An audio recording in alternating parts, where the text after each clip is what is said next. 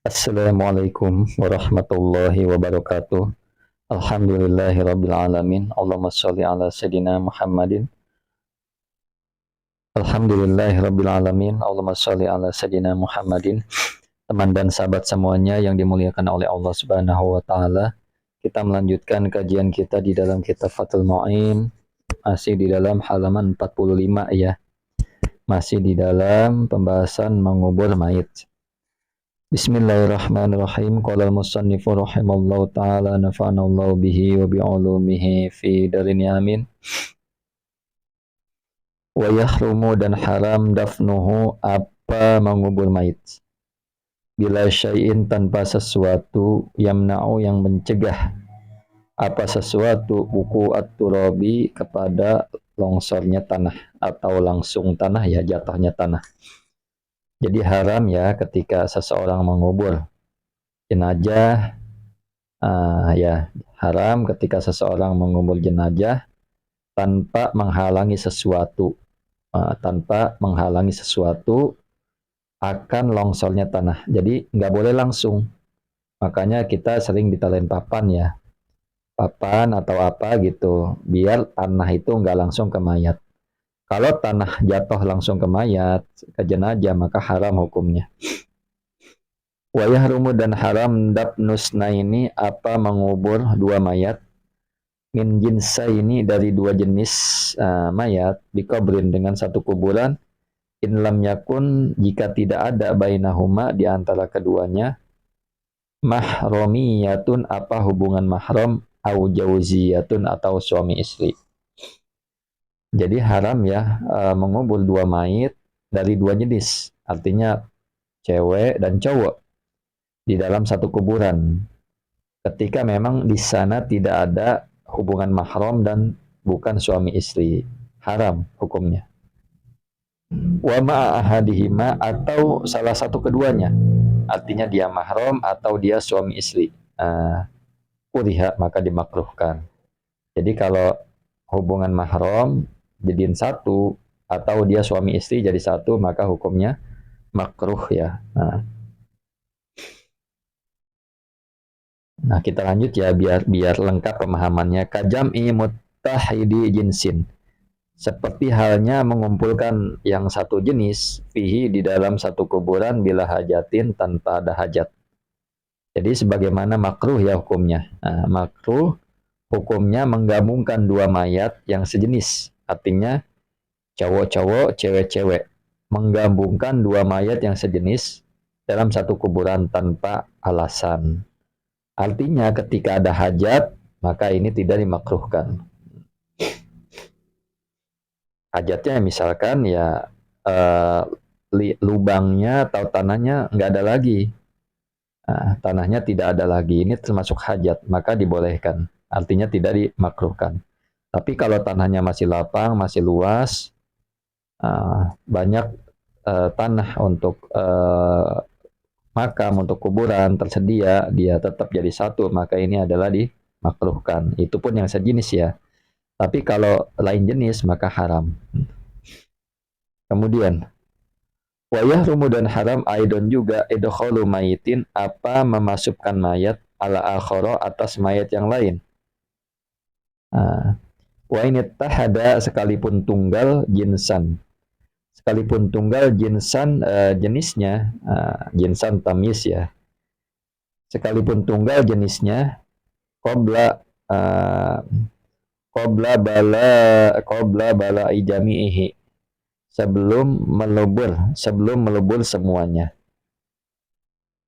Jadi gini, haram memasukkan mayit yang lain, artinya mayit yang baru ya, sekalipun tunggal, artinya mayitnya satu ya, sekalipun maksudnya wa ini tahada jinsan, sekalipun tunggal jenisnya, artinya cewek atau cowok. Sebelum meleburnya mayit yang awal, mayit yang lain. Ketika seorang meninggal, padahal di situ ada di dalamnya ada isinya, ada kuburan orang, ada orangnya ya. ada jenazahnya, maka haram seseorang memasukkan langsung mayit yang baru ke tempat itu, walaupun satu jenis. Nah, misalkan yang udah lama mayatnya cowok, yang baru cowok juga, walaupun satu jenis. Sebelum leburnya yang lain, artinya sebelum jenazah yang lama hancur, seperti itu. Nah, kemudian wayur jauh dan dikembalikan, fihi di dalam melebur mayat, li ahli khubrati kepada ahli khubroh, artinya ahli pengetahuan bil ardi dengan bumi. Jadi untuk mengetahui tentang sudah hancurnya mayat, diserahkan kepada orang yang ahli ilmu pertanahan. Nah, walau jida, dan jika ditemukan ba'du azmihi, apa sebagian tulang, qabla tamamil hafri, sebelum sempurnanya penggalian, wajib, maka wajib raddu turabihi, apa mengembalikan tanahnya. Jadi begini, ketika sebagian tulang berulang mayat ditemukan, sebelum selesainya menggali, ya sebelum selesainya penggalian, maka wajib menimbun kembali tanahnya, wajib mengembalikan tanahnya, seperti itu. Jadi misalkan ini ada orang menggali kubur, tiba-tiba ada sebagian tulang manusia, tapi sebelum selesai penggalian, sebelum sempurna penggalian, maka wajib mengembalikan tanah, kubur lagi, timbun lagi, seperti itu. Nggak jadi kubur di situ, maksudnya seperti itu. Au ba'dahu, atau setelahnya sempurna, artinya ditemukan sebagian tulang tetapi setelah sempurna penggalian, fala, maka tidak wajib untuk mengembalikan, untuk menimbun kembali tanahnya. Wa yajuzu, dan boleh, ad-dafnu, apa mengkubur ma'ahu, bersamanya tulang. Jadi kalau demikian, setelah digali ada tulangnya tapi sempurna penggaliannya, ya sudah sempurna, maka tidak usah menguruk lagi, lanjutkan saja. Bahkan boleh mengubur bersama tulang tersebut, tapi tetap dipisahkan, jangan digabung. Kemudian wala yukrahu, dan tidak dimakruhkan ad-dafnu, apa mengubur, lailan, di malam hari, khilafan, hal dalam keadaan berbeda, lil Hasanil Basri, kepada Imam Hasan Al-Basri. Wan naharu, dan adapun siang, abdulu, ialah lebih utama, lidafni, untuk mengubur, minhu, dari malam. Jadi tidak makruh ya mengubur mayat pada malam hari. Lain halnya menurut pendapat Imam Hasan Al-Basri. Beliau mengatakan makruh. Jadi beliau berbeda pendapat. Jadi siang hari itu lebih utama untuk mengubur ya daripada malam hari.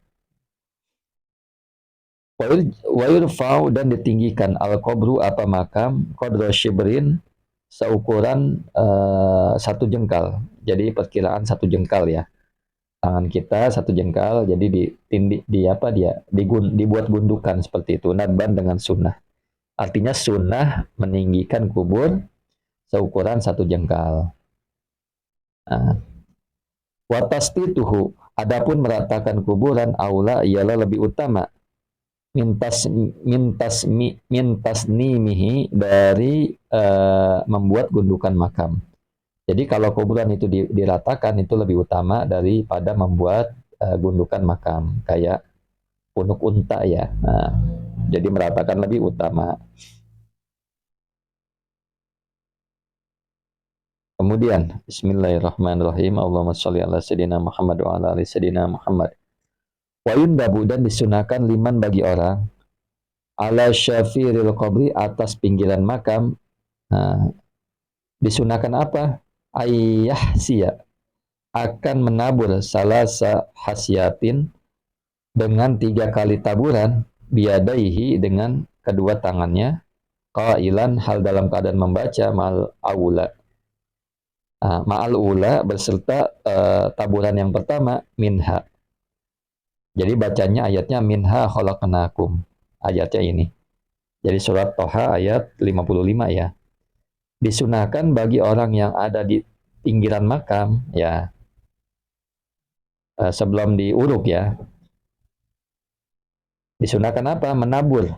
Orang tersebut menabur dengan 3 kali taburan dengan kedua tangannya dalam keadaan membaca atau sambil membaca beserta taburan pertama ayatnya adalah minha khalaqnakum. Yang di pinggir tuh menabur tanah ke lubang makam dengan membaca minha khalaqnakum. Wa ma'asaniyati dan beserta taburan yang kedua wa fiha nu'idukum sama ayatnya sama surat Toha ayat 55. Minha khalaqnakum, minha dari tanah, khalaqnakum, kami telah menciptakan kum ke kalian, akan kalian. Kemudian yang kedua, wa fiha nu'idukum dan dari tanah atau di tanah, nu'idukum mengembalikan siapa kami, kum akan kalian. Jadi akan kembali lagi ke tanah. Artinya Allah menciptakan kalian dari tanah dan mengembalikan lagi ke tanah. Wa ma'as salisati dan bersamaan dengan taburan yang ketiga, wa minha nukhrijukum dan dari tanah nukhrijukum mengeluarkan siapa kami kum akan kalian taratan ukhra kepada kali yang lain atau waktu yang lainnya. Nah ini dia semuanya ayat-ayat ini atau teks ini, redaksi ini adalah surat Toha ayat 55. Jadi ini ya sunnah ya. Makanya ketika mengubur pun harus dengan ilmu, bukan asal sembarang kubur, harus dengan orang yang paham.